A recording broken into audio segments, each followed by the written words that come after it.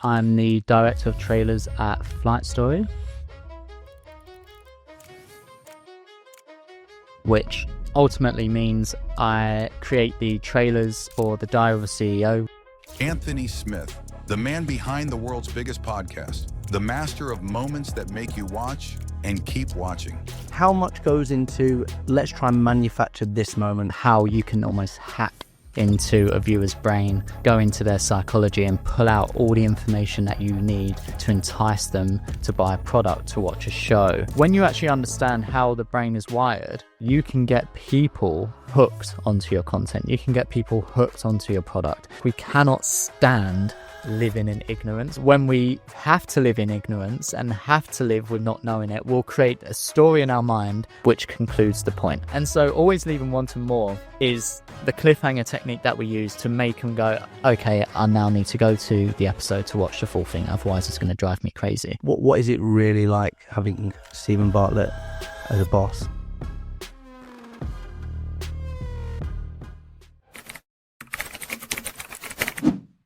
Anthony, thanks for being here. Thank you for having me. I'm really excited for this one. We always start off the same way. So who are you and what problem do you solve? Yes, so I'm Anthony Smith. I'm the director of trailers at Flight Story, which ultimately means I run the team that create the trailers, especially for The Diary of a CEO, which is our, I believe, the fastest growing podcast globally now, which is amazing. And so my job there is to create an exciting and succinct and engaging, emotionally driven trailer and introduction before every episode.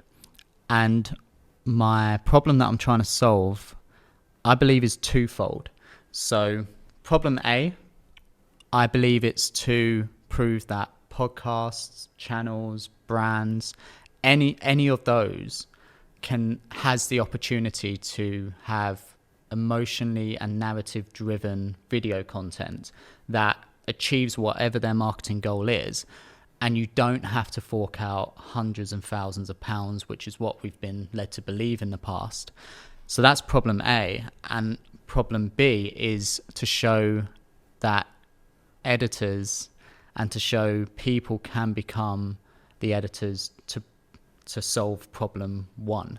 And so that's a lot of what I do on social media now and with my team, is to give the tricks and the tips that I've developed over my career on how you can almost hack into a viewer's brain, go into their psychology and pull out all the information that you need to entice them to buy a product, to watch a show, to take part in a particular service. And what are normally the symptoms that you might be experiencing? So I'm guessing one's going to be you think budget is going to solve everything. What are the other things people might be coming up against? I think, so budget is a huge one. I think when I ran a company, for example, budget was always that elephant in the room. And I think for a lot of the time is because we assume if you want something of the highest quality, you have to pay for the highest quality. And in essence, there is some truth to that. If you want a Rolex, you're not going to get a cheap one. But I think a lot of the time what people forget is creating stories is something that we do with our minds and that we put onto a piece of paper or put onto an editing screen. And so if you learn the tricks on how to tell an engaging and an emotionally driven story, everything that comes after that is just helping to create that emotional roller coaster and creating that path forward. You don't need the most expensive CGI to tell a compelling story. You don't need to hire the biggest actors. You don't even need we have like 8 or 9 cameras on the Diary of a CEO, but you don't need all of that to start a podcast and to tell a story. What you need is just that idea, and you need to know the certain tricks and elements within what makes people gravitate towards that idea. So budget is a huge one. And I think as well, there's a bit of when it comes to video, I still think, depending on where you are in the world and depending on what stage of business you're at, there's a lot of stigmas behind it. And so, especially when I started a company, I think the stigma for video was there to make your landing page go a little bit higher on Google, for example. And so a lot of the businesses I worked with when I started out was, I just need a video to push me up the Google rankings. And in essence, there was a part of that, again, that's true. That's what you're being told by agencies and marketers at that point. But the video still needs to work, and it still needs to achieve a marketing goal. There's no point making a video that just falls flat and has no impact on an audience just because it pushes you up higher on a website. Because once they're there, they can watch the video and then they'll click off again because it's not sold on what they needed to sell. And so I think the stigma of why people needed video is a huge one. And I think for editors, I believe the biggest stigma for them is that you need to go to film school to learn how to become a proper editor. You need to be able to afford the highest spec of software in order to become an editor. You need all of these elements going for you in order to achieve that goal. And with me, I'd accidentally found myself as an editor. I had no intention of becoming one. And now I mean, I hate saying this, but I get reminded of it. I've sort of now found myself in a position where the work I've created has become almost like the front of how podcast trailers and introductions are made. I get messages about this all the time. I have people asking me questions all the time on how to make it a viral video, or how to make an engaging video, or how do you tell stories, or what can I do to boost the presence of my podcast through video. And I never set out to do any of that because I never wanted to be an editor. All I wanted to do was tell stories. And how I learned to tell stories was completely free of charge. And they're the sort of methods that I want to teach people. We do owe you a thank you because we have, I'll say the word borrowed. We've borrowed so many ideas from you when it comes to our trailers. So this feels like it's going to be a masterclass in storytelling. You said earlier, Anthony, about hacking the human brain. So let's dive into it. Why is psychology so important? Psychology is so important because I think when you understand that there's this prevailing narrative that every single person is unique, and it's a beautiful narrative. We're all unique, and the reality of it is a lot of the time we're not. Our brains are wired in certain ways. A lot of the time people focus on the negative side of psychology and how the brain works, and hacking and manipulation. Like manipulation, for example, has a very negative connotation to it. And if you look at how the brain is wired, for example, with addiction is very much seen as a negative stance because for a lot of the time it is, addicted to alcohol, addicted to social media, addicted to spending, addicted to food. All of that is coming from how our brains are wired and the psychology behind that and the trauma that we carry with all of this stuff. They're all very different elements. One's alcohol, one's spending, one's social media. And for a lot of people, you'd probably say, I'm not addicted to TikTok. I just like scrolling through TikTok. And that's not as bad as being addicted to alcohol, for example, because alcohol has, it's clear with the evidence on how that affects your body and affects your systems. So we almost feel like addiction is bad on certain things, great on other things. And the reality of it is the same mechanisms going on in your brain that's making you addicted to alcohol are the same mechanisms going on into your brain that's making you addicted to social media, making people addicted to love, for example. All of these mechanisms are working together.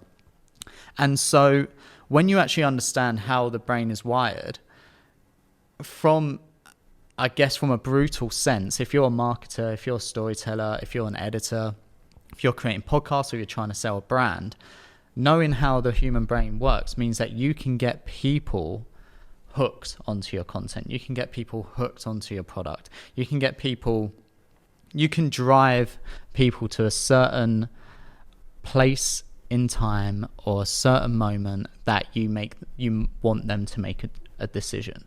And ultimately, it does come through that word of manipulation, which has that that bad connotation to it. No one wants to manipulate anyone. But that's literally how people go around their lives. That's how we buy things. It's through emotional manipulation a lot of the time.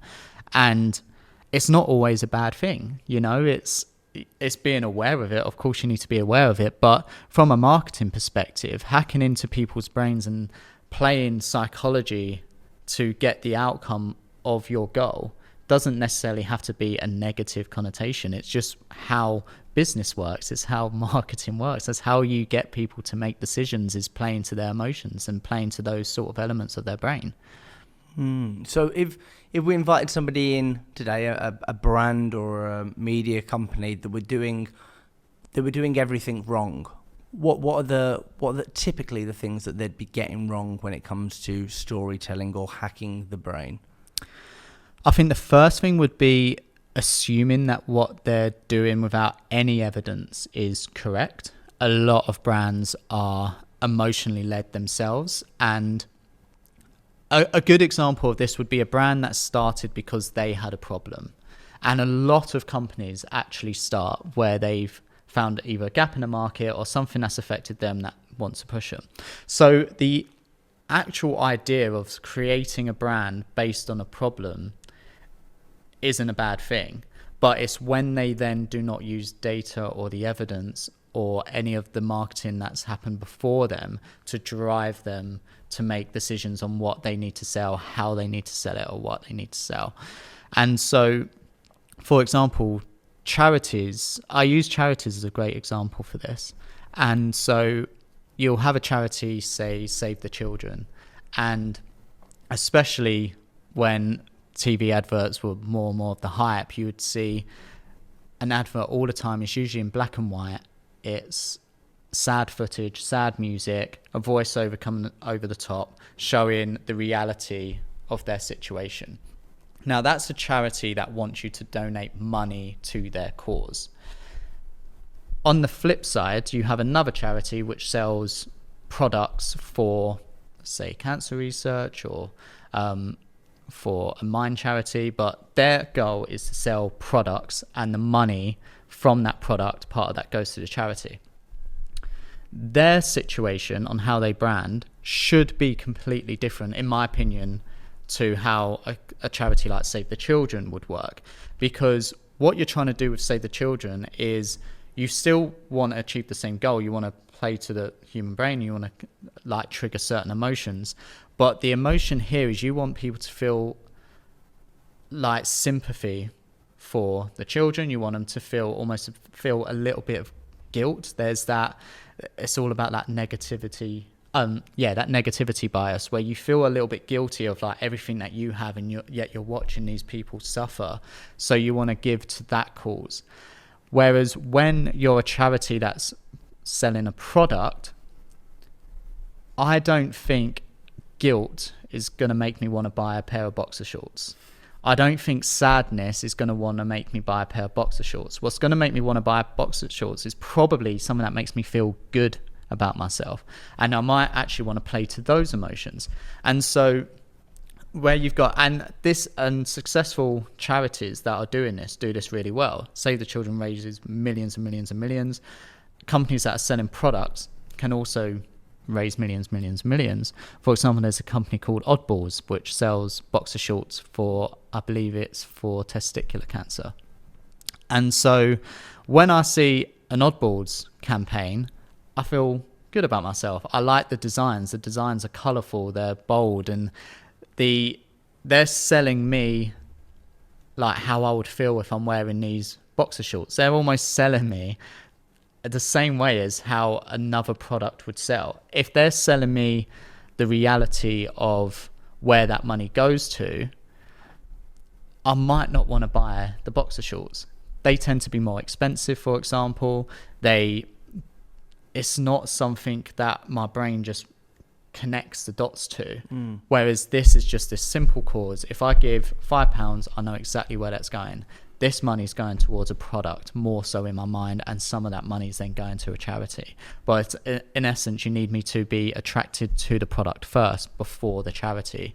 And so I think this is like a good example of where very similar, brands in a sense that they're both charities, and ultimately the end goal is to drive as much money into that charity as possible to make a difference.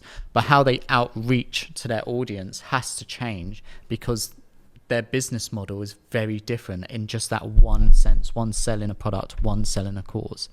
And I think that's one of the biggest problems a lot of people make, and where that psychology would come in is you might assume as a charity we always have to sell on the harsh realities and the sadness and that guilt factor, but that's not going to make people spend money on your product. So it feels like, make sure I've got this right, it feels like if you're a brand, you should start with what emotion am I trying to sell into before just going in totally blind with look how great we are. Yeah, 100%. Emotions are the key driving factor for how you buy anything. And so any transaction that you make in life is an emotional one. Whether you're buying a car, a lot of the time most people buy a car because of how that car will make them feel. I've had this conversation with my friends where I don't care about cars. I care about how much money I can save based on what car I get. So that's my driving factor. But when I go and see a car, which I've recently got myself a car, there's still cars that I could have gotten cheaper. In reality, there was. And I bought the 4th tier of that car because it made me feel slightly better each time he showed me the additional extra. Every time the screen got a tiny bit bigger and I felt the seats were a little bit higher, and then I had a tiny little Ford Fiesta and my new car is now a 4x4. And that emotional, I don't know what it was a good car salesman. Ultimately, he's a good, great guy. But ultimately, how I felt driving that car and sitting in that car led to the final decision. I'm sort of, because I'm more aware of this stuff, and money is a very important factor at the time for me with car decision buying, I did go back and forth on that. Ultimately led to the same thing. But I'll talk to my friends, and some of them never seem to have huge amounts of money. They don't seem to invest. They don't seem to do that. They don't really care too much about the future, or they'll moan about money, and yet then they'll go and buy a very expensive car. And you'll speak to them about it, and they will go off on this tangent on how amazing this car is. And it's almost like they're pulling out clear stereotypes of what it means to drive this car. And they're very different in other aspects of their life. So this is like a societal, emotional bomb that's gone off inside of their brain based on how this car is marketed to how you make them feel. They won't feel like that about a house, for example. They won't feel that way about clothes. But a car, that's grabbed them in that emotional sense because of how that brand has positioned themselves. And so emotion is key to any decision that we make, and a key part of how we want to sell and how we want to grab people's attention is playing to emotions. And this is something I share a lot, which is this emotional roller coaster. And no one's life is a flat line. If you meet anyone whose life is completely flat, they're probably not that much of an interesting person to start with, and they probably don't find themselves that interesting. Everyone goes through peaks and troughs. Everyone has their highs and lows. And so any marketing that you create or any decision you make as a brand is you've got to understand that that's how people react, and that's how people also trust brands, is when they find things that react closely to them and that they can reflect onto. So yeah, emotions when it comes to any brand should be one of the first discussions that they make, is their brand has to make their audience feel a certain way. So then flipping that from the creative standpoint, so obviously there's data-driven decisions that we need to make, and I know you and the team are massive on that. And there's kind of gut-based decisions, which probably feel more like where the emotion lives. So how do you balance the both and marry them together? So a great example, an example that we use, so we're a very data-led company, and a big part of what we do is when we test the thumbnails to see what people are most engaging with in terms of topics and conversations. And so when I start a trailer, the hook, for example, is 95% data led. Very few times will I go with my gut, and I have reasons and justifications for that. It's never just my gut instinct. It's always something backed up in the back of my mind, which could have been previous data, for example, or previous life experience that I've learned from it. But we'll receive the top performing trending topics. That will then inform how the trailer is created. So that's the data. The emotional side is how I make those data points relatable and feel how I want them to feel within the trailer. So you're still getting the data in. So a good example is the winning thumbnail of the episode could be, doing this will save you X amount a year. Or actually, a real example would be, we recently done a World War III roundtable, and the winning thumbnail for that, I believe, was "We are already in World War III," and that's been tested against hundreds of other thumbnails throughout the entire episode of different topics, so nuclear war, AI war, proxy wars, etc., etc. And that was the winning thumbnail. So I knew from a hook perspective, it needed to start with this idea of we are already in World War III. The emotional part is how I sell that point. And so that would be the music that I use, the B-roll that I use, how the guest says it. Because they can say the same thing about 6-7 times in a podcast. You choose the right one, or you restructure it to make sure it has that huge impact.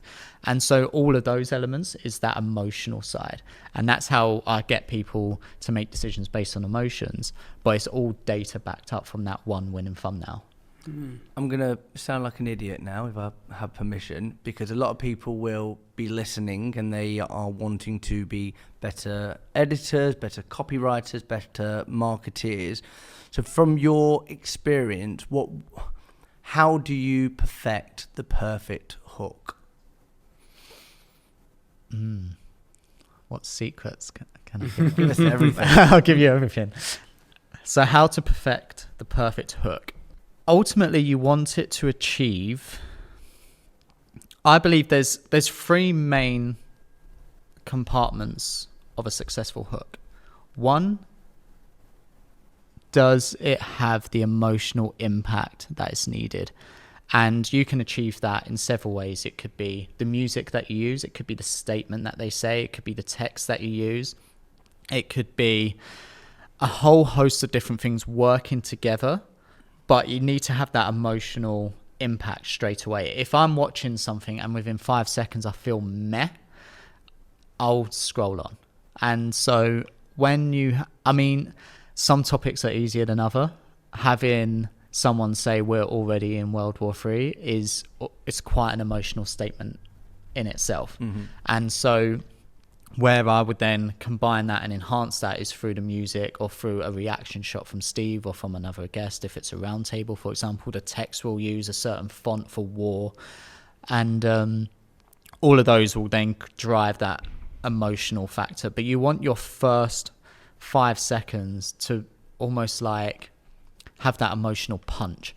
And so the way you can do that is you can put the end first, for example. Usually a lot of the time the conclusion is more impactful than the opening, because the opening is all about context. But the conclusion is where they might sum up that point, and that has the most impactful lines that they have. And so that makes it ways to the start. And then as an editor, you then need to try and bridge that gap to then bring it back into the context. And again, there's ways you can do that through sound design. There's ways you can do that through spoken language. And so a lot of what we try to do is hit them straight away with maybe a fact, with a statistic, or with an emotional trigger word that will make people be like, okay, I need to listen a little bit more than this. So that's the first side, is the emotional. The second time, I think, is consistency. So especially as a brand with DOAC, we're lucky in a sense that we have the consistency of the studio background, for example.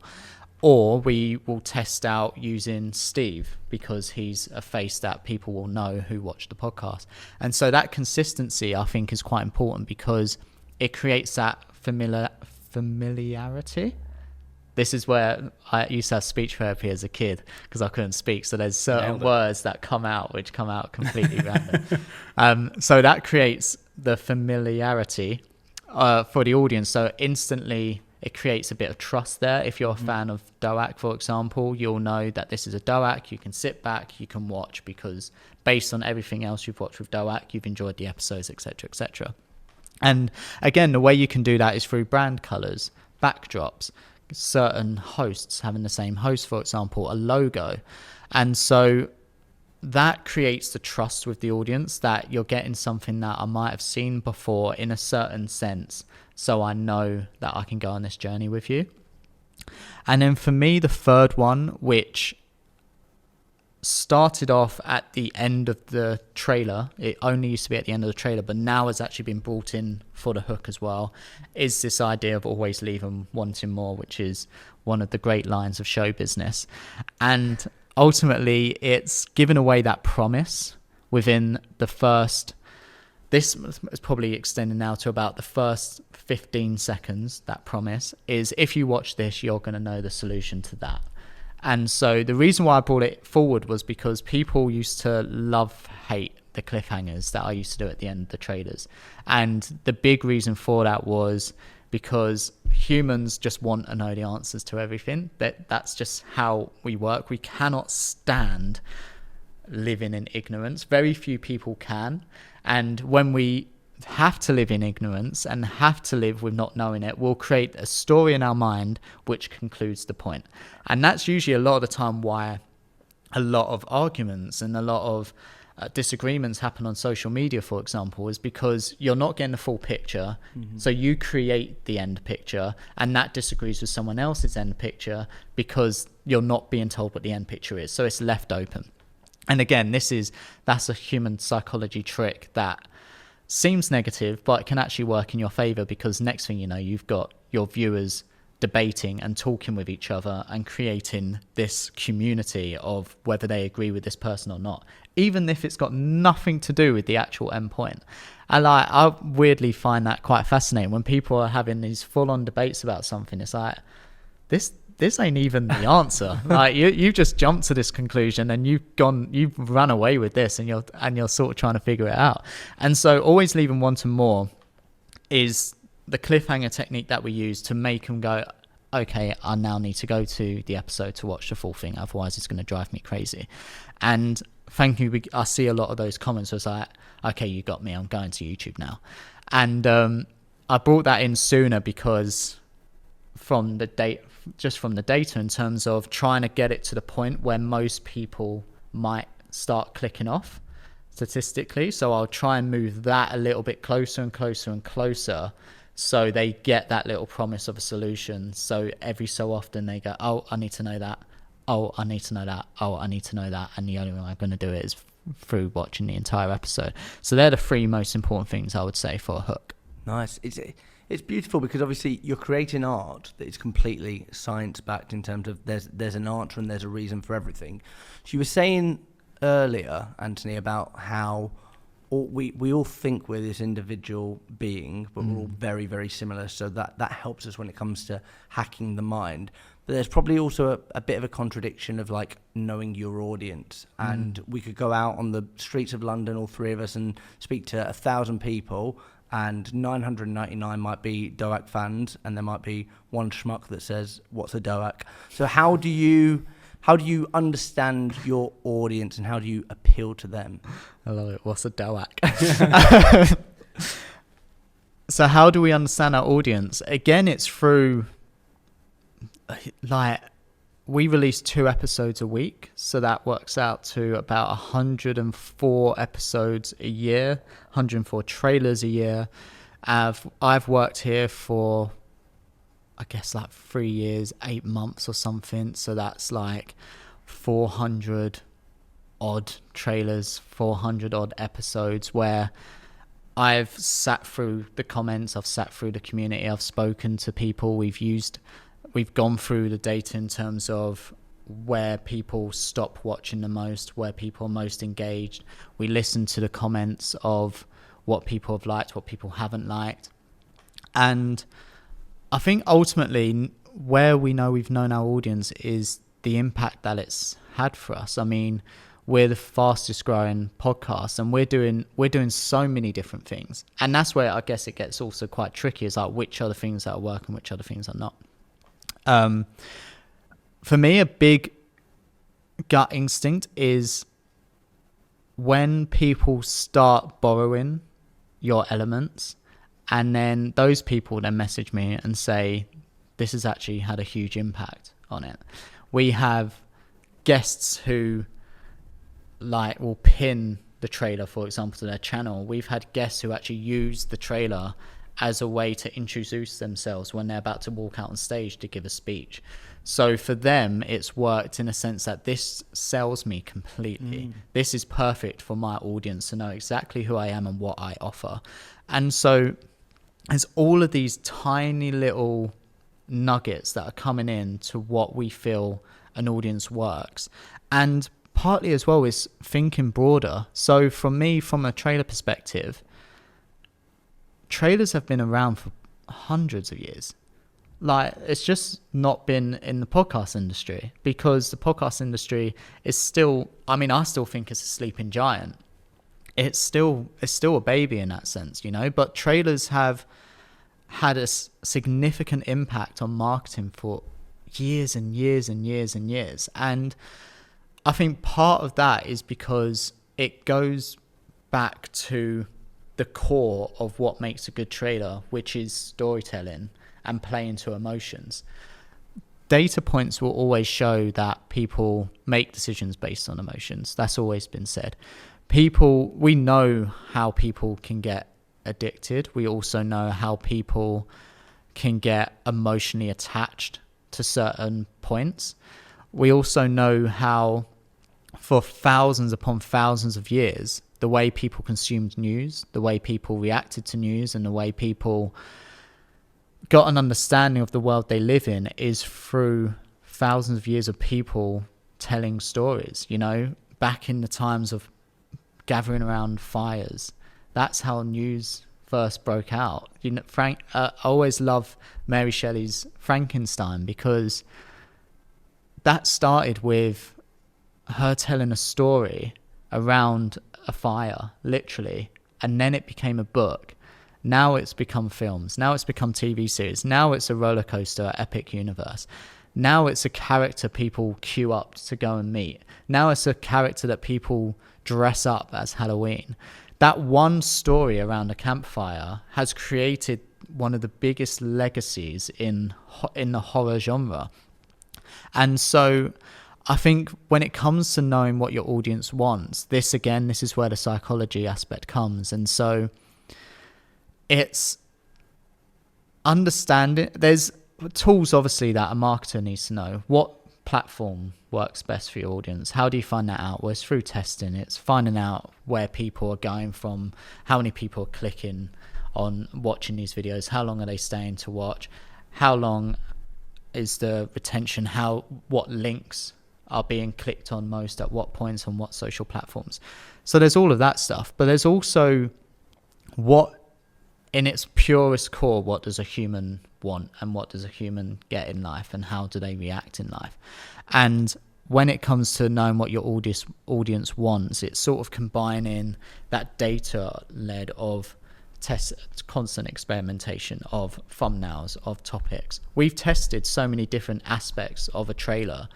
People just don't know how many aspects of a trailer that we test. But we've tested certain music, certain texts, certain length of hooks, certain length of full foundation. We've tested whether we start on Steve, whether we start on the guest. We've tested whether we have a backdrop behind the text. We've tested when the B-roll comes in. We've tested what type of B-roll. We've tested all of these aspects. So we're getting tiny bits of data, which are all sort of coming together to create this cohesive experience. But then we also want to make it as different as we can and make it feel as fresh as we can, because again, we want the audience to have that familiarity of DOAC, but we want them to feel like they're watching a brand new film every single time they're clicking on a trailer. So they're the tiny elements of what we know an audience wants. But then you also need to take a step further as a brand and realize that there's a whole history of human knowledge and how humans think before us, and it's tapping into those elements and realizing that you can actually then use that to find out what your audience needs.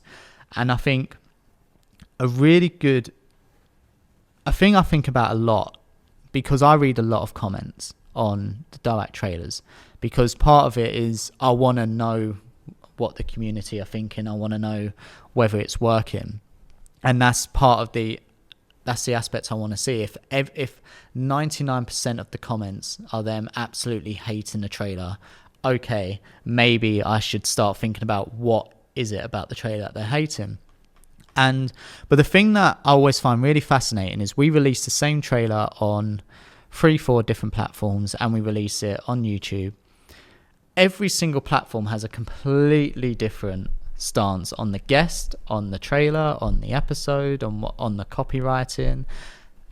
So if you're purely going based on the audience feedback, you're never gonna quite get the big picture, because a lot of the time people don't really know what they want. And again, this is coming back to psychology. We think we know what we want, but we're always drawn to certain things that we can't explain, nor do we know that we're being drawn to them. And this is where negativity bias comes in, for example.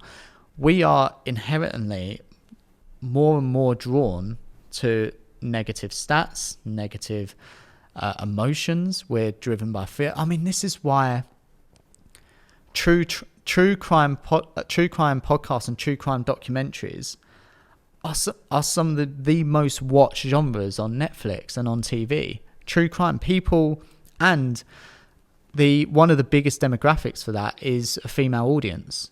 I think more women watch true crime documentaries than men do. And if you were to talk to someone, you might not inherently think that. You might think, men are more drawn to the danger side, or they're more drawn to the murder. I love true crime. I'm obsessed with true crime. Or any sort of conspiracy crime document, I love that sort of stuff. And then when I started diving deep into it, you realize the psychology of it is one of the things I read, which blew my mind, was apparently the reason why a huge core of the audience is female is because when they're watching it, they want to find out parts of the villain that made them a villain, so they can stay away from finding someone or being near someone who is a villain. So they're actually watching it from that perspective. Also, because of empathy, they're more likely to empathize, feel sorry for. Yeah. They're more likely to feel sorry for the victims and the victims' families, which then means they want to know more about what's happening in the future and how they're going on more and more in life and how they've dealt with it, in the off chance that they have to go through something similar with their family member. And so the reason why they're watching it is very different to why men are watching it. But you just wouldn't naturally assume that's the reason why they're watching true crime documentaries. And if you ask a lot of people, they probably won't say that's the reason why they're watching true crime documentaries. But it's all coming back from like this history of what we know about how the human mind works, which is why people know exactly that there's a future for true crime and there's a future for horror. And it's just like, I mean, I read the other day that watching a horror film burns as many calories as doing a 30-minute run. I read that stat the other day, which sort of blew my mind. So genuinely, I'm now going to watch horrors more this year so I can try and lose more calories. And it's like... That's the hook. Got the hook, guys. Got it. So I'm genuinely going to do that. When it comes to I'm going to have an entire horror season, and I'm going to try and track, in a way, my like calorie deficit to see if it works. And but I love horror anyway. That's not the reason why I would say I'll watch horror. The reason why I say I'll watch horror is because I love the suspense. But in my brain, that's not true. It's creating this negativity bias of me being drawn towards death and destruction and the suspense and what happens next and all of this stuff. This dark part of our brain that's ticking off. That's the thing that's drawing me towards a horror. The second I see a monster in a horror film, I switch off. If I see a monster in a trailer of a horror film, I switch off. And part of that is because I think that fear that has gone because I now know that's the monster. I don't have to worry about that anymore. If I didn't know what was causing all these deaths and all this destruction in this film, that makes me want to go, because maybe there's a part of my brain going, is it someone like me? Is it is it someone I know? Is it this? What is it like? Is it something that I'm inherently doing that's causing, like, which will make me have all these problems? So that's the part, I think, of knowing your audience where the psychology really comes in. That was the longest answer I think I've ever given. Smashed it. It was amazing. You smashed it was it. amazing. I go on tangents. Let's stick with that negativity bias then. So there's something that I think would be silly not to ask you about. So there's probably an editor right at the start of their journey. They've got a core skill set down and they're ready to go and take on the big wide world, but they're seeing what AI can do and probably thinking, am I too late? Is it worth it? What would you say to those people? This is actually one of the most asked questions I get at the moment, which I never thought I would ever get as an editor, is being asked about AI and technology. But that just goes to show how fast this has moved. And I think I probably got asked it maybe once last year. This year, I've been asked it probably about 40% of my inbox at the moment is about AI. I'm worried about AI. I think that's the most important thing. It's not even what tools can I use. It's I'm thinking of quitting because what's the point? AI is going to take it anyway. And it's a really difficult question to answer, because anyone who thinks they know what the answer is making it up anyway. We don't know the truth. We don't know how humans are going to react in a world that's fully AI. What I do know is that AI has been around for a long time. We just don't really think of certain things as AI. So my answer right now to any editor that's pondering the idea of quitting because AI is going to take the job, wondering what tools they need to use, wondering if there's any future in CGI in Hollywood, or if there's any future in editing whatsoever. At this moment in time, we actually have an insane opportunity to become best friends with AI when it comes to editing and any content creation. And I say best friend because the idea of a best friend is they're there for you in your highest points, they're there for you in your lowest points. And that's how I sort of see AI. AI helps me most when I'm really struggling to create a certain sentence that I want to get across. AI helps me so much when we have guests on where they're talking extremely articulate about theories or about a certain aspect of science, and I'm like, whew, and I don't understand it. And I genuinely struggle, because part of what my job is as a trailer editor is to make every single part of that trailer relatable and understandable to the core broad audience. AI helps me so much with that. I actually done a LinkedIn post about this the other day, where I think it was about a year and a half ago, we had Dynamo on the show, and he opened up about a part of his life that was really emotional. And there was a bit that really shocked me, where he would say he would stare into a mirror and he hated his reflection so much he would smash his head repeatedly against this mirror until it would start to bleed. And the storyteller in me instantly thought, this is a visual moment. This is something that I think will have a lot of shock core to the audience. And again, you always sound it always sounds really weird to me with this, because it inherently does sound evil, that this is someone talking about a really dark time in their life, and the first thing I think of is like, how can I visually bring this to a screen? And when you then counteract that to the fact that every morning, from the day I started, I gave all my team members a hug when there was like 8-9 of us. I now do that every morning. I come into the office and there's about 70 of us. So I spend about 15 minutes of my morning hugging people. Good morning. And I'm not going to stop. So there's that. I'm a Disney freak. I love Disney. I literally listen to Disney songs on the way. And everyone sort of sees me as like this really like happy-go-lucky, everything's a musical type. Apparently I walk with a I walk. Someone said this to me the other day. I walk like I'm in a musical. I walk like I'm about to just go into a slide or something like that. And so there's this really weird juxtaposition of who I am and the fact my brain instantly goes into how can we make this dark moment even darker. And that's because the marketing hat comes on and I know that this will work for an audience.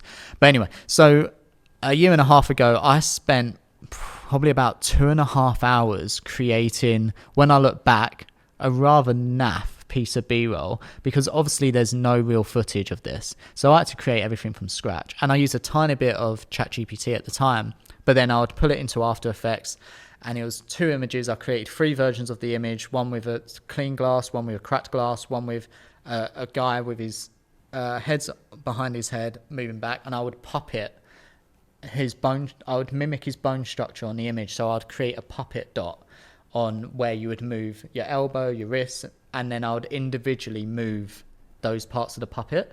All of this was for 1.5 seconds of him doing that. And that took me 2.5 hours just trying to recreate the human body based on an image. And then the other day, I thought of that moment and I went on VO3, typed in a prompt. 10 minutes later, I had something that was arguably 1,000 times better. It even had like a deck of cards spread out on the floor to really like sell the point that it's Dynamo and he's a magician. The crack of the glass, you saw the cracks come in. It created the sound effect of the glass. It had the movement after of where he was dazed and coming through. So I saved myself probably like 2 hours and 20 minutes doing that. And that's something I really struggled with. And on the flip side, I learned a lot. Okay, I learned a lot. And that is another side of AI that we can probably go into, which is what I think is the bad side of AI. But the good side of AI is that became my best friend in that moment, because that saved me 2 hours and 50 minutes. Those 2 hours, 50 minutes, I can either put more effort into the narrative, I can put more effort into another 1%, I could put more effort into the music, or I could go home and spend more time with my girlfriend. That's the beauty of AI, is when you use AI as a friend, when you use it as a partner in crime, you can do so much more and you can elevate your work to ways that you never thought you could do. Some of the work that Cam, who does my B-roll for the trailers, is doing now just blows my mind.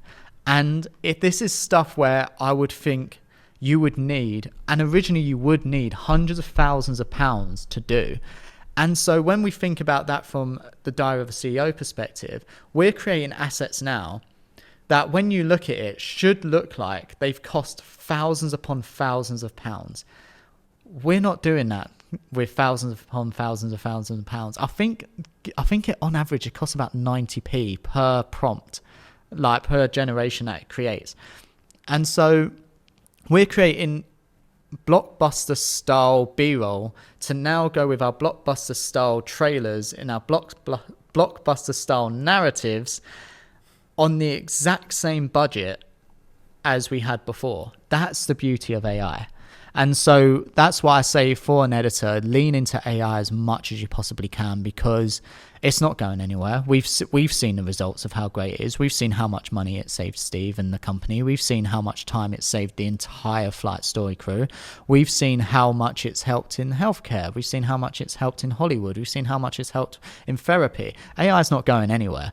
And so the idea of putting your head in the sand and hoping it goes away, that's not going to happen. So you've got 2 options. You either outright refuse to learn it and outright refuse to use it, and unfortunately chances are your job will become obsolete because of that, or you lean into it as much as possible and you make it a skill set and you become flexible with this skill set and flexible with this role, because there will always need people to help drive the AI. There will always need people to use storytelling. There will always be those sort of jobs. People are going to go towards someone with AI experience and can do all of that than someone with all that experience but with no AI experience. And so that's my biggest piece of advice for any editor. And you said there's a bad side that we need to be aware of. What did you mean by that? So for me, this is more of I guess on a broader point is there's two elements which I think for me stand out potentially the most negative. One is a study recently came out where they had people, I think they were writing a paper or something like that, and one used ChatGPT and one didn't. And they done brain scans on those individuals, and then they found the people who used ChatGPT, I think it was something crazy, either like 40 or 60% was using less of their brain than the people not using ChatGPT. And that sort of, I don't know exactly what the results were in terms of the actual stats, but when I was reading through it, all I remember was that it blew my mind, and it reminded me of, if you don't use this thing, it will slowly start to blur and melt and disappear, or whatever word we want to use. And then I started thinking of real life scenarios where years ago my dad and my granddad never needed sat nav.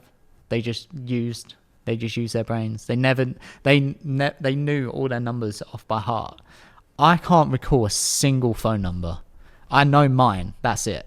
I know mine, and I know my house number because I grew up with a house phone, and that's how I remembered it, because at the time you didn't have that. I don't remember anything like that. I barely know where I'm going most of the time on navigation. If I'm driving anywhere, I could have driven to that place 50 times. I'm still putting on Google Maps as a safety, but I'm still relying on Google Maps. And so when I get a car and it's got a camera when you reverse, I no longer look around, and I'm no longer thinking about, okay, what's going to happen here. I'm relying on that camera to make sure that I don't hit anything. When you have my dad got a self-driving reverse car thing, and he was so happy with it, and he just pressed the button and it reversed in. And it's just like, if you do that over the course of like a few years, you're just going to forget how to parallel park. And there's some things that aren't that important that you need to remember. You don't need to remember a phone number because your phone has it. Mm-hmm. But what I'm saying is that there will come times in our lives where we're equally forgetting more important parts of our lives, which we do need. Emotional connection, for example, talking to people, working within a team, talking to a partner, how to deal with conflict, how to problem solve. You know, part of the reason why I'm good at my job is because there will come times when we have an episode that's out within 24, 48 hours. I can go onto every single thing I've learned, and I can make a trailer in that short amount of time. One that I know will work, one that I know I can do to the highest quality I can possibly do in that time. But I have that insurance of everything that I've learned is ready to go when it needs to. If I didn't have that, if there's one sense of a panic or a problem, I don't know how I'd react to it because I've not learned it. When there comes a time where you do need to think outside of the box, will you be able to do that? Which then leads on to my second problem with AI, which is we're becoming so used now to watching the exact same thing. And there's a difference between inspiration, copying aspects, and I guess stealing. So a lot of people will take elements of our trailers and use it in their trailers. That's, for me, I only see that as a positive thing, because people are learning elements of our trailers. They're putting it into theirs. They might be testing whether it's working for them. They might have seen where it's working in certain areas. They might be trying different. They might realize actually this doesn't reflect well on the style of our podcast, so they'll try something else. All of that stuff's good because you're still learning. You're still taking elements of it. When I go on TikTok or Instagram Reels now, there's so much copying of just general social content. I feel my brain is just mind numbed from it.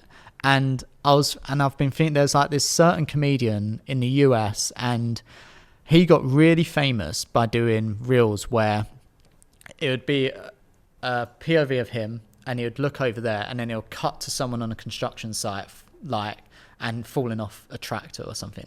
It will cut back to him, he'll look over there, and then he'll see someone else on a construction site, very different, and it's all like stock footage, and it's all these funny fouls that are happening. Then he'll look again to someone else. It was hilarious when I was watching it, and that just speaks to the sort of thing that I watch online. But I just found it so funny how he created this narrative of like, he was dressed as, he had like the hard hat on, and he would do this for so many different situations, and it was just watching his reaction. He created this narrative of this 40 Towers / Monty Python construction site that's out in front of him. And it was so funny. And whenever he does it, I still watch it and I still laugh. Now, every time I scroll, every other video is someone else doing the exact same thing, where they're looking over there, something happens, they look over there, something. It's just not funny. And I don't know whether it's because they're not getting the exact mannerisms right. I don't know whether it's because they're not thinking of the outer picture, whereas this guy thought really hard about the clips he would use and in what order. These guys are literally just doing a reaction, cut to somewhere that's completely different, cutting back, and it's like creating this fragmentation of my brain of like, what's going on here? I don't quite get it. Or is it because in my head I'm like, yeah, but you're just copying that guy, and this guy's like a bit of a goat when it comes to this stuff. And I think it's a culmination of a few things, and I think that's my one worry with AI, is we're going to end up in a world where everything's copy and paste. Everything is created because they know it works in that exact same moment, and they're not testing anything new of what else could work, what else could we test. And ultimately, could that then lead to a generation of video content where we're just watching the exact same thing and we're just getting the exact same response each time, and eventually that just goes if you're watching the same construction video again and again and again, just with a different face doing it. And so they're the two things which I worry a little bit about AI.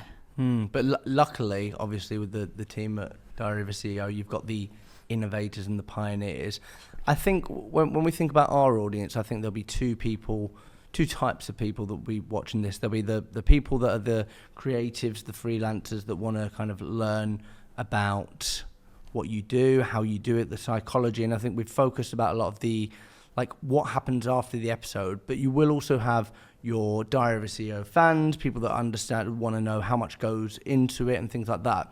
So I was really, really curious, and you might shoot me down and say, well, actually, that's not how it works, and what do I know? But obviously, we're sitting in a room with somebody that knows what works. So when you're having those pre-conversations, we've got Jimmy Carr, we've got Rory Sutherland, whatever it is, how much goes into, let's try and manufacture this moment, or we know that in the trailer, this moment will hit off. Can we get this scene, or can we get them to say this? How much actually goes into the preparation and the manufacturing of it? Oh, I see. No, from a trailer perspective, we've never asked a guest to say something a certain way or to repeat a line in a certain way, or we've never done anything to, I guess, construct what would go into the trailer during the episode. And there's a few reasons for that, but the main one is in that moment in time, we just want the guest to do what they need to do for the full episode.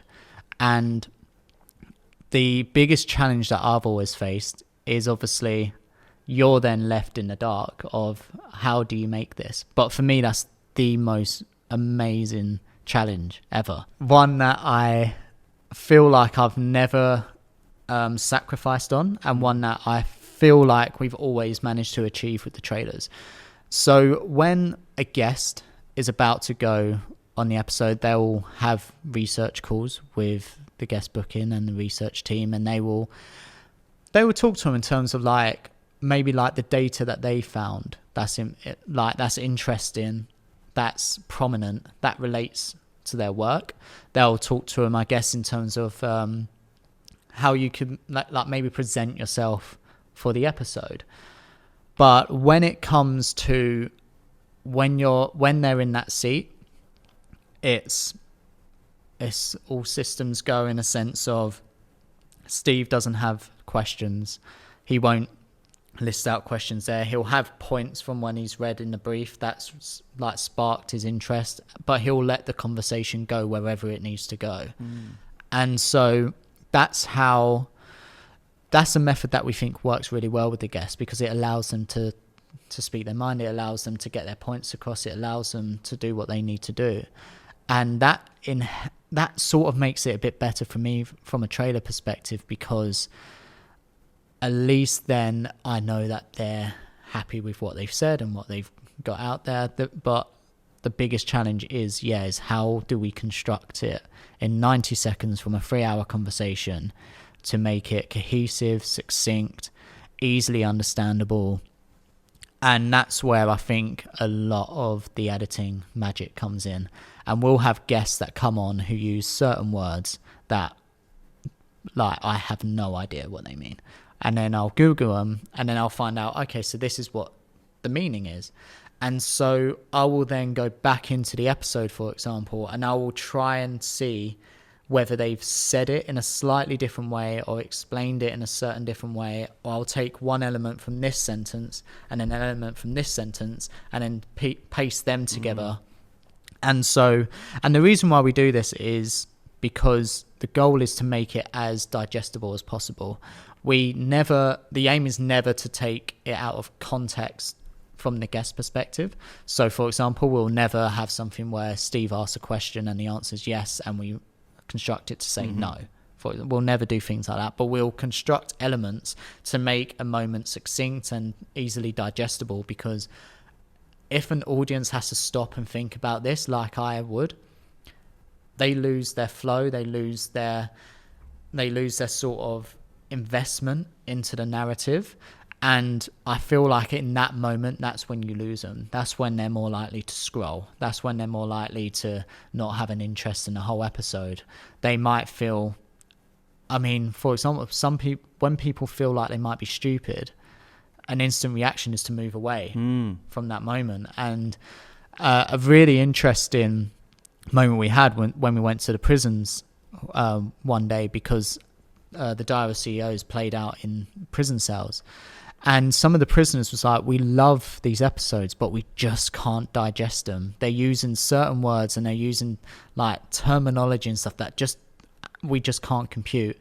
And I relate to that, because when I grew up, I don't understand big words. I was never that academic. I was always on this creative side. I always loved listening to music and watching films. I was never good at the sciences or the maths or anything like that. And so from my own experience, I know how daunting and how off-putting it can be to made feel like you're a bit of an idiot because you don't inherently understand what this person is saying. And so I never want an audience member to feel like that. And so when there's words I feel like are complicated, I'll even ask the team. We'll sort of do a bit of a poll on how many people understand it, who don't. And we'll sort of do a little bit of research on Google on these sort of things, like with keywords. And then from there, we'll make a decision on whether we need to expand on it, or how do we make it more simplified for an audience in a moment. And plus, we've only got 90 seconds. We can't have a minute and a half of someone explaining something. And so ultimately we leave the guests to do what they need to do, and all of that stuff comes in post. And that's one of the biggest challenges that we face with most trailers, is how can we make it so digestible for an audience in 90 seconds. And I was watching a behind the scenes episode in preparation for our conversation, and I saw something Stephen was talking about. 6,000 people, or it might have been even more, applied for a job at Flight Story. So I think people would be curious, what is it really like having Stephen Bartlett as a boss? What is it like having Stephen Bartlett as a boss? It's one of the most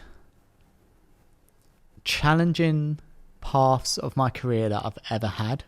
And And I say that with a smile, because, which is really weird, because again, it's this feeling where certain words just have this weird negative connotation to it. And for me, challenge is only ever a good thing. With Steve, you're working with someone who is so driven.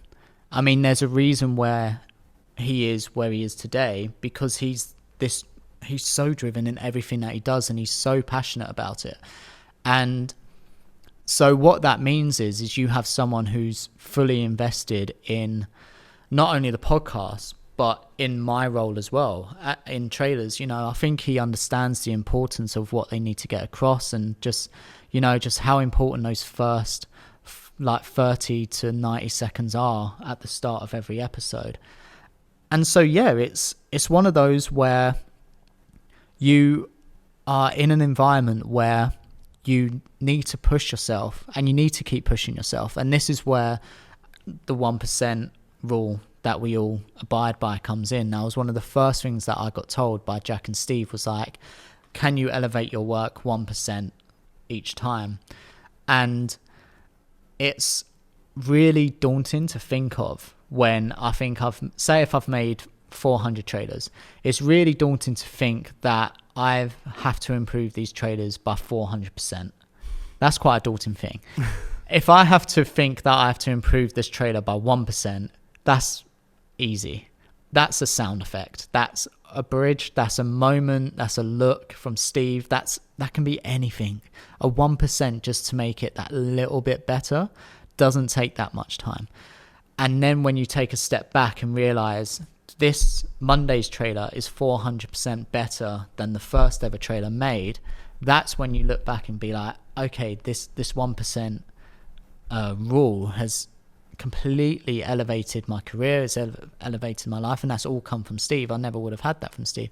And there's like the beauty of what you get from working at this company is we're very strict on how we hire and who we hire. And that ultimately then means you're only left with what we call A players. So people who will go above and beyond every single time. And from my perspective, I can definitely say that with my team. So with Liv and Cam, neither of them actually came in for trailers. Both weirdly came from the clips department. And there was something in Liv, who came on first, where her work ethic is insane. Her humanity is incredible. The way she makes you feel when you're working with her just elevates you so much. These are such important skills. And so she obviously had editing skills, and like you could see that side, but there was a part of her that I don't think not as many people have. And the fact that I get to have that on my team is incredible. We then found that with Cam, who again was I still a lot of people from clips, but it seems like, but he started on clips, and his talent with animations was so incredible, and how he was pushing that so quickly. It needed to come into the trailers, because we wanted to elevate the trailers so much with the skill set that he has. And again, he has this tenacity of always wanting to learn more and push further and further and further. And we've had employees at the company who have got through who might not have that mentality, might have all the skills in the world, but they don't have the mentality of wanting to be better and wanting to improve.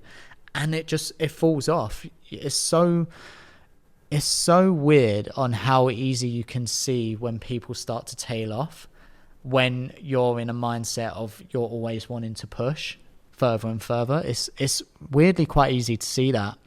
And so that's why it's such a huge part of when we hire people, is they've got to have that mindset of we're at the bottom of the mountain, we've still got this to climb, and it's constantly climbing. And then when you reach the top, oh shit, there's the bridge, and now there's an even bigger mountain. So now we have to start climbing again. And it's having that mentality, I think, is the most important thing, I think, for this company. I like to sort of see myself as proof as someone who can teach themselves how to edit. Like I said, I was never born to be an editor. I never wanted to be an editor. All I wanted to do was tell stories, and I naturally found myself coming into here. I always get this weird imposter syndrome with editing because I still don't know what half the buttons mean. Like, I've been in rooms with editors and they're talking so technical, and I'm stood there like, what? Is that the thingamabobby that makes you move forward a little bit? Oh yeah, I think I might have used that. I don't know. But what I do have is other buckets of skills of storytelling, of knowing how to make audience members feel, of my own personal background with film and nostalgia and how I feel when I watch certain things, and also this idea of like, I just always want to be better the next day, and I always want to push myself, and I always want to improve. And they're the skill sets that I think are really hard to teach, and they're the ones that I think people really need to grasp, especially in a world of AI. These are the skill sets they need to grasp if they want to find themselves on a really strong career path. Do you think it's important that the motivation changes, or have you kept the same motivation from day one around that getting 1% better? I think the motivation's always stayed the same. The goalposts move, so you can have loads of different goals. Your goals can change, obviously, and like you can pivot as a company. You can go different ways. I mean, when I first started, it was just DOAC, and now we're an agency that's producing other podcasts. So the goals are changing. The goals of my role have changed in terms of it. I just started making trailers, and now I'm training other people to make trailers, and then I was then being brought into meetings to help pitch to potential podcasters on how we can use their brand in the trailers and how we would make their trailers different from DOAC's, and using that sort of expertise. So my goals have always changed, but that one thing of being 1% better, that's allowed me to keep pushing towards those goals, no matter what the goal or whatever the goalpost is. And so, for example, in its simplest terms, the goal for me, Monday to Wednesday, is to create a trailer for Thursday, say. That's the goal, ultimately. The goal can sometimes change, where on Monday, a guest got recorded and it's such a hot topic that needs to go out on Thursday. The goal's completely changed now. And it would even mean I need to get Liv working on that trailer, and so I need to make sure she's ready for doing that. I'll need to get Cam the elements that he needs to be able to work on that, or it might be that I just need to lock myself in a room for 24 hours and work on this myself.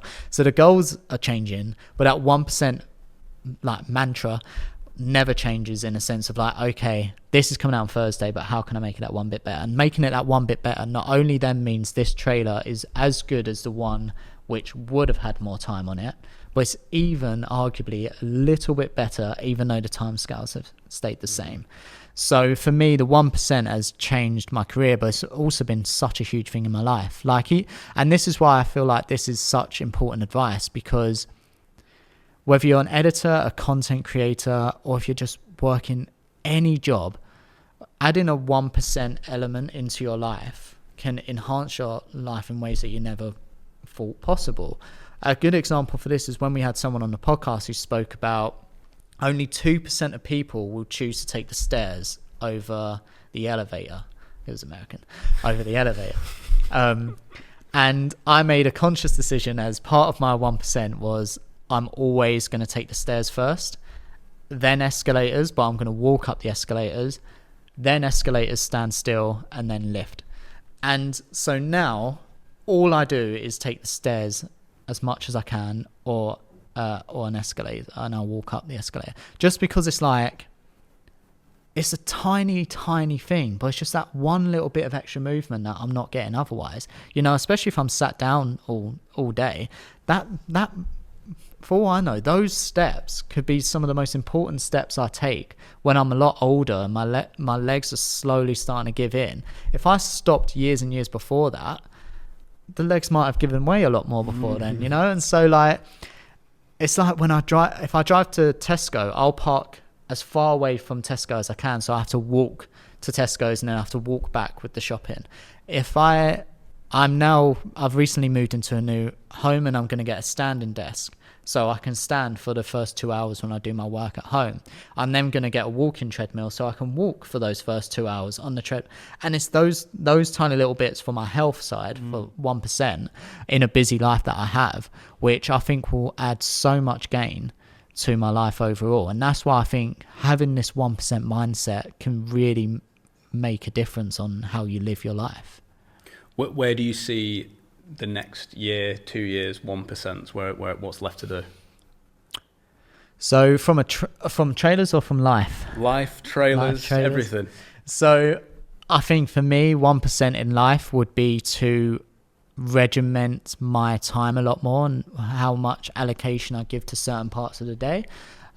Doing a ratio of what's important, what's not important, setting aside to make sure that I'm present for family. I want to increase the amount of times that I spend with my parents.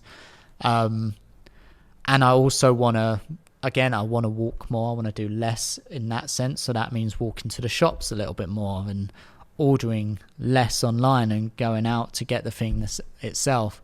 So that's from a life perspective. From a work perspective, I want to continue to train Liv, and I want to give Cam everything that they need to excel.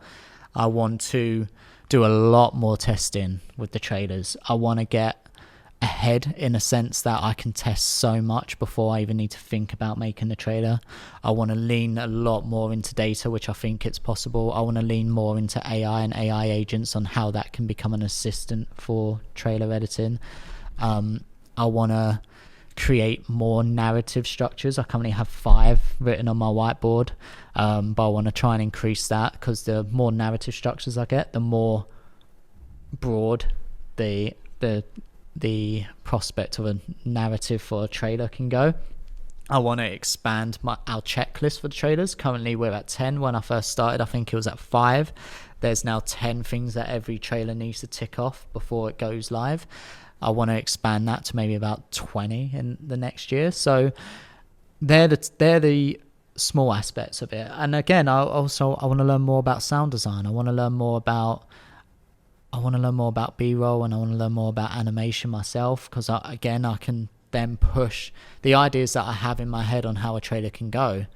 With AI, could be like almost like unlimited if I know what I can and can't do with it and my skill set in there. So there's a lot. The beauty of it is there's so much that we can put into it, and again, with it being 1%, is that it doesn't have to be that daunting first step. It's been a very inspiring conversation. I know people back home will be listening to this thinking, fuck yeah, I can do it now. It's very inspiring. So thank you so much. If people want to find you, check out your work, get in touch with you, pester you with questions, how is best to do that, Anthony? Best way to do that is through LinkedIn. If you want to send me a message, or if you want to learn some more from my social posts, I'll do things like trailer breakdowns. I'll do my top tips on narratives, top tips on finding music.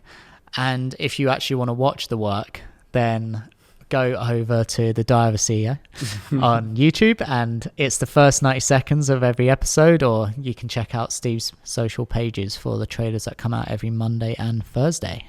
Beautiful. Thank you so much. Thank you for having me.